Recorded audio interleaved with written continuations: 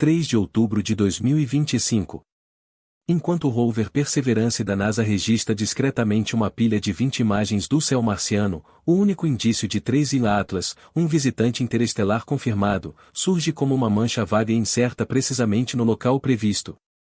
No entanto, num instante em que o mundo clama por esclarecimentos e por fotos de alta resolução de orbitadores, cerca de 15,000 cientistas da NASA são subitamente dispensados e todos os canais oficiais mergulham no silêncio. É a tempestade perfeita. Anomalias sem precedentes, hipóteses extravagantes sobre um objeto cilíndrico e um apagão exatamente quando as imagens mais recentes mostram algo estranho em relação a 3I Atlas. Mas o que estará a ser ocultado? E por que razão cada nova alegação parece colidir com o que julgávamos saber sobre objetos interestelares? A narrativa arranca de um fio isolado e desfocado, mas desenrola-se num enredo que ninguém antecipava. Logo após a pilha de imagens do Perseverance aparecer online, um único fotograma, pouco mais que um borrão tênue, acendeu uma fogueira digital. Astrônomos amadores mergulharam nos dados brutos, sobrepondo a efeméride prevista de 3I Atlas ao firmamento de Marte. O alinhamento era impressionante. A mancha encaixava-se exatamente onde a equipa CNUS indicara. Contudo, a ambiguidade das fotos revelou-se irresistível. Na plataforma X, utilizadores traçaram ovais vermelhos grossos à volta da forma alongada, rotulando-a como um cilindro ou um charuto, e instigando os demais a ampliar os pixéis. Em apenas um dia, o meme evoluiu. Agora, o objeto transformou-se num monólito marciano, uma nave espacial ou um pendrive cósmico. A pilha original, um composto de 20 frames, foi analisada e partilhada de novo com todos os filtros imagináveis. Algumas discussões afirmavam detectar marcas na superfície. Outras insistiam num brilho metálico, e uns quantos foram ao ponto de delinear sombras aparentes, construindo argumentos para uma geometria artificial. Detetives amadores começaram a confrontar os dados do Perseverance com imagens antigas de cometas, sustentando que nenhum cometa conhecido exibia linhas tão retas e perfeitas. Cada republicação acrescentava mais uma camada de conjecturas, e depressa a ideia do cilindro sobrepôs-se às explicações técnicas sobre impactos de raios cósmicos ou ruído nas imagens. Sobreposições astrométricas circularam em servidores de ciência no Discord, com alguns utilizadores a alinharem meticulosamente o ângulo das riscos débeis com o movimento previsto de 3I Atlas. A correspondência era suficiente para convencer alguns, mas para outros, a ausência de imagens de alta resolução de orbitadores virou verdadeiro enigma. Por que, questionavam, depender apenas de provas de um rover na superfície, quando Marte tem uma frota de orbitadores com câmaras potentes? À medida que o meme ganhava ímpeto, atraiu uma rede mais vasta. Entusiastas do espaço, céticos e teóricos da conspiração juntaram-se ao debate. A falta de imagens oficiais só atiçou mais as chamas. Cada interrogação sem resposta era respondida com outra publicação viral, e as linhas entre investigação séria e espetáculo online esbateram-se. No vazio criado pelo mutismo, as especulações proliferaram, e a ânsia por respostas intensificou-se a cada partilha. Em agosto, antes de 3I Atlas se tornar tendência, Birdy Dvarsky e a sua equipa de visão remota reuniram-se com um envelope selado e um conjunto de coordenadas. Os registros da sessão, datados e divulgados dias antes das imagens do Perseverance, delineavam algo surpreendentemente preciso. Um aparelho do tamanho de um pendrive incrustado numa massa gelada bem maior. De acordo com as transcrições, este objeto não era passivo. Pulsava, emitindo rajadas direcionadas regulares. O padrão de um núcleo tecnológico dissimulado numa casca semelhante a um cometa repetia-se em várias sessões cegas, realizadas sem qualquer noção da identidade do alvo. O que mais impressiona não é só a escala do aparelho ou o tema do pulso, mas o vocabulário empregado. Os visionários falaram de camuflagem, como se a essência real do objeto fosse intencionalmente escondida, e mencionaram grafites ou inscrições na superfície, pormenores que ecoariam mais tarde nos debates online sobre geometria artificial e marcas na pilha do Perseverance. A sobreposição é notável, mas o cronograma é crucial. Estes padrões surgem nos registros de agosto, semanas antes das primeiras sugestões públicas de um sobrevoo marciano ou do meme viral do cilindro. Ainda assim, a visão remota não é um método científico validado. As suas afirmações, por mais pormenorizadas ou proféticas que sejam, não substituem medições diretas ou dados sujeitos à revisão por pares. A 1 de outubro, a NASA iniciou um encerramento parcial. Aproximadamente 15.000 funcionários, engenheiros, analistas de dados e até comunicadores científicos foram formalmente dispensados, deixando apenas uma equipa mínima para manter a Estação Espacial Internacional e os sistemas de Artemis em funcionamento. Para Marte, isso implicou um estrangulamento repentino. As campanhas de imagem para 3 e Atlas prosseguiram conforme planeado, mas as equipas responsáveis pelo processamento, calibração e divulgação dessas imagens estavam maioritariamente inativas. A telemetria bruta continuou a chegar gota a gota de orbitadores e ativos de superfície. Mas sem o canal habitual, o que chegava ao público era incompleto e não verificado, um acúmulo digital que se avolumava a cada órbita. A rede de espaço profundo manteve as passagens agendadas, transmitindo pacotes de dados frescos do MRO, Mars Express e TGO. Todavia, cada recessão era acolhida com uma resposta atenuada. Os centros científicos em Pasadena e Darmstadt operavam com pessoal reduzido ao mínimo. Com a maioria do pessoal bloqueado nos seus sistemas, roteiros automáticos arquivaram os dados, mas a análise manual detectou uma série de falhas. Erros de apontamento, artefactos de compressão e impactos suspeitos de raios cósmicos, nenhum dos quais poderia ser resolvido sem a presença da equipa completa.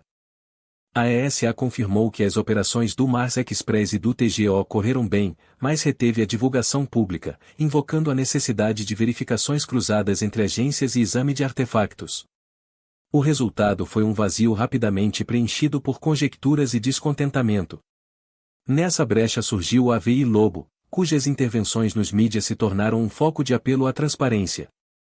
Ele exigiu a libertação imediata de todas as imagens baseadas em Marte, argumentando que o fraco sinal da Perseverance, embora fascinante, requeria confirmação independente da frota de orbitadores de alta resolução. A lista de anomalias testáveis de LO foi difundida em podcasts e segmentos noticiosos, pressionando as agências a reagir. Enquanto isso, o burburinho crescia na net. Astrônomos amadores trocavam horários do DSN e memorandos operacionais, esforçando-se por recompor a imagem em falta a partir de quaisquer fragmentos disponíveis. O impasse operacional transformou um fluxo de dados rotineiro num jogo de espera de alto risco, onde cada hora de silêncio intensificava tanto o enigma como a impaciência pública. 7 anomalias distintas definem agora o mistério de 3 em Atlas, cada uma avaliada e examinada por equipas em todo o mundo. A primeira, a massa. Dados astrométricos validados pelo CNUS indicam um núcleo tão denso que, mesmo ao expelir gás, a sua trajetória varia a menos de 15 metros por dia ao quadrado. Quase insignificante face aos desvios cometários habituais. Segunda, as imagens do Hubble revelam uma coma que se estende em direção ao Sol, e não para longe dele, como a física do vento solar indicaria. Em vez de um rastro de poeira e gás, a protuberância aponta diretamente para o Sol, sugerindo dispersão pouco familiar ou talvez empuxo ativo. Terceira, os espectrógrafos do VLT detectam linhas de emissão fortes de níquel, ao passo que o ferro está quase ausente. Nos cometas do Sistema Solar, ferro e níquel surgem em conjunto.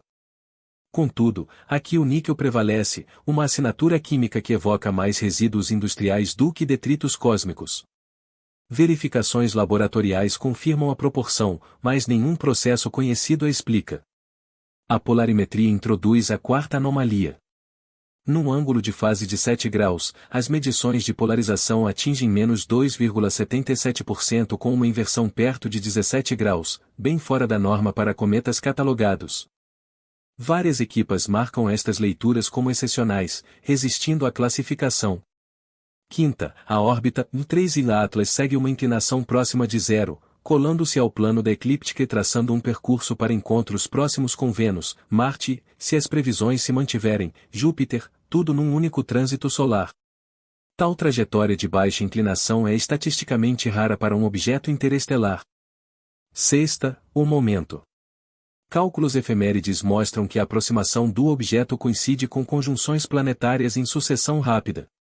As probabilidades desta sequência ocorrer por acaso são mínimas, a menos que a entrada tenha sido pré-alinhada muito antes da detecção. Por fim, sobreposições de coordenadas posicionam a trajetória a 9 graus da origem dos sinais UAU de 1977, uma proximidade que, embora circunstancial, aviva especulações e impulsiona observações radiofônicas direcionadas na janela de dezembro. Juntas, massa, química, polarização, órbita, temporalidade e posição celeste, e estas anomalias desafiam explicações simples. A fase seguinte envolve testes rigorosos no periélio e durante a reaquisição de dezembro, para apurar se esta pilha é mera coincidência ou indício de algo sem precedentes. 29 de outubro marca a data crucial, o periélio quando 3 Atlas passa mais perto do Sol a 1,36 unidades astronômicas. Durante semanas, cada anomalia, cada rumor converge neste instante. Orbitadores de Marte, ainda mudos nos canais públicos, estão agendados para captar as suas imagens de maior resolução enquanto o objeto acelera para quase 68 km por segundo. Mas o exame não se resume a um dia só. A partir de 2 de novembro, a nave JUICE inicia a sua janela de observação dedicada. Uma oportunidade sem paralelo para vigiar as consequências de um ponto de vista único no espaço profundo. Durante quase 3 semanas, o conjunto de câmaras e espectrômetros de JUICE vasculhará explosões, fragmentações ou qualquer sinal de atividade não natural. Uma campanha validada pela ESA e monitorizada em tempo real pelos planeadores da missão. À medida que o brilho solar diminui, telescópios baseados na Terra preparam-se para a reaquisição no início de dezembro. David Finocchio, do Centro de Estudos de Objetos Próximos à Terra do JPL, descreve isto como o veredito definitivo. Só com paralaxe fresca e dados de trajetória as equipas poderão validar ou refutar alegações de aceleração não gravitacional.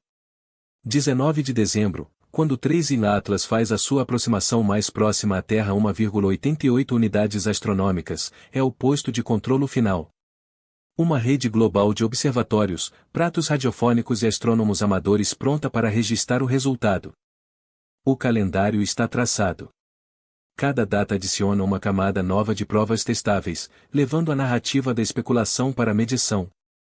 Cálculos SETI revistos por pares atribuem números concretos à questão dos sinais artificiais.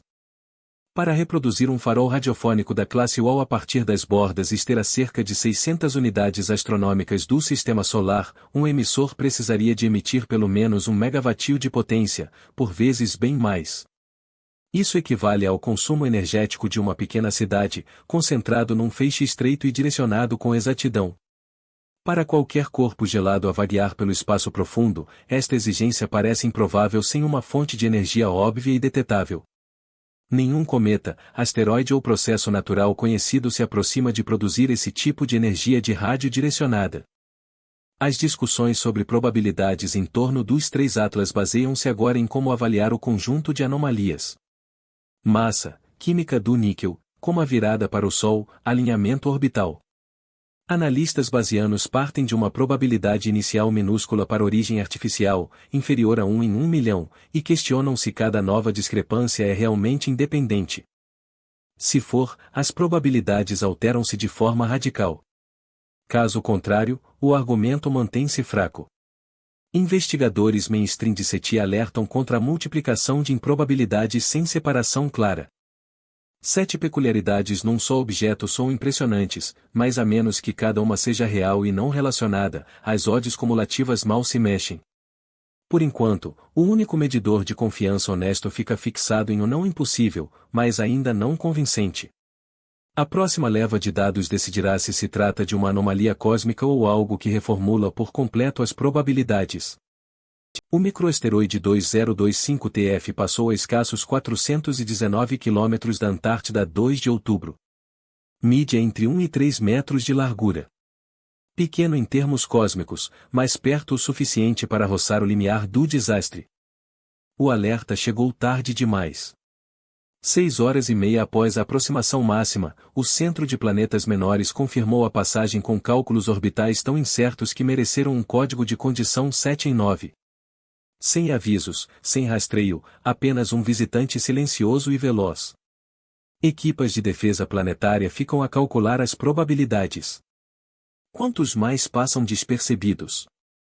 Em Marte, os sensores do rover Perseverance detectaram algo quase tão perturbador como esperançoso. Nas regiões de Bright Angel e Sapphire Canyon, cientistas encontraram orgânicos intimamente associados à vivionite, um mineral de fosfato de ferro azul conhecido por preservar assinaturas biológicas na Terra. Os instrumentos Sherlock e Picho do rover mapearam estes padrões de leopardo com pormenor apurado. A sobreposição espacial entre moléculas orgânicas e minerais sensíveis a reduções é o indício mais forte até agora de que o Marte antigo pode ter abrigado ou conservado vestígios químicos de vida. Um artigo na Nature Geoscience descreve-o como o candidato à bioassinatura mais promissor alguma vez observado no planeta vermelho. Contudo, com o financiamento da NASA preso num impasse político, até os planos de retorno de amostras que poderiam resolver o caso estão na corda bamba. Enquanto isso, o Sol agita-se. Uma sequência de buracos coronais libertou fluxos de vento solar que ultrapassam os 700 km por segundo. Ejeções de massa coronal menores acompanham o vento rápido, provocando tempestades geomagnéticas de nível G e auroras até latitudes de 40 graus sul. Previsionistas de meteorologia espacial avisam que isto pode ser o último pico antes de o ciclo solar 25 começar a declinar. Um suspiro final, mas com energia suficiente para iluminar céus de latitudes médias e pôr à prova a resistência de satélites em todo o mundo. Uma sala de audiências no Congresso ganha vida com um vídeo desclassificado solitário. Um objeto esférico filmado sobre o Iêmen absorve o impacto de um míssil Eufire e continua em movimento.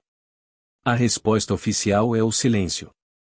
Denunciantes alegam represálias por reportarem incidentes de UAP, e o Departamento de Defesa não oferece explicações. O debate alastrou a todas as plataformas, misturando incerteza com fascínio. No céu noturno, 3 cometas verdes disputam atenções. O CEN-2025E, apelidado de limão, ganha brilho suficiente para o olho nu, com previsões a colocá-lo na magnitude 4 ou até 3, algo raro para cometas recentes. O SFAM pós-periélio beneficia observadores do Sul, enquanto o TEM ascensão fraca surge no pré-amanhecer norte. Cada um deve a sua tonalidade esmeralda a moléculas de carbono diatômico e cianogênio que fluorescem sob luz ultravioleta solar. Por um curto período, astrônomos amadores podem avistar os 3, um trio não visto desde o início dos anos 2000. Nesse ínterim, o Starship Flight 11 reescreve as regras para foguetões reutilizáveis. O booster B-15 acerta um ardor de aterragem multifásico, enquanto a nave 38 resiste à eliminação deliberada de azulejos do escudo térmico e ainda reacende os motores. Uma carga simulada Starlink completa a lista de verificações. Isto assinala o fim da era V2. Lançamentos futuros adotarão o design V3, mais pesado e robusto, prometendo cargas úteis ainda maiores para a órbita. O Tianwen 2 da China já segue viagem, mirando o Kamoa-Leva, um quase-satélite que pode ser um fragmento da Lua.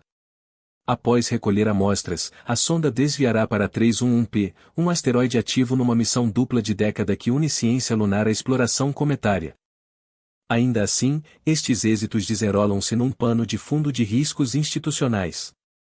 Com 15 mil funcionários da NASA em folga, só 3 mil mantêm vivas a ISS e as missões Artemis. Cortes propostos ameaçam anular uma geração de missões científicas, gerando temores de fuga de cérebros à medida que investigadores olham para o estrangeiro. O futuro da liderança espacial dos Estados Unidos depende agora de boa vontade política conta tanto quanto a ambição técnica.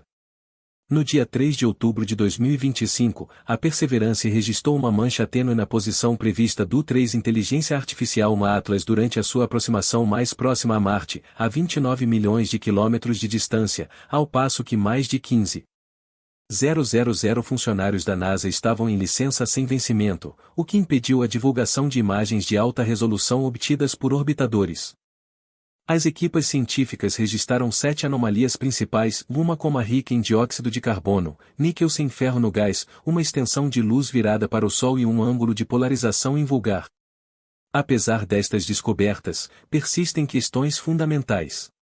Faltam os dados dos orbitadores, a causa exata da química única do 3I na Atlas e a natureza da sua massa e aceleração. As janelas-chave de observação, como a da JUICE em novembro e a reaquisição pela Terra em dezembro, fornecerão mais informações. Mas, por enquanto, só há evidências fragmentadas disponíveis ao público.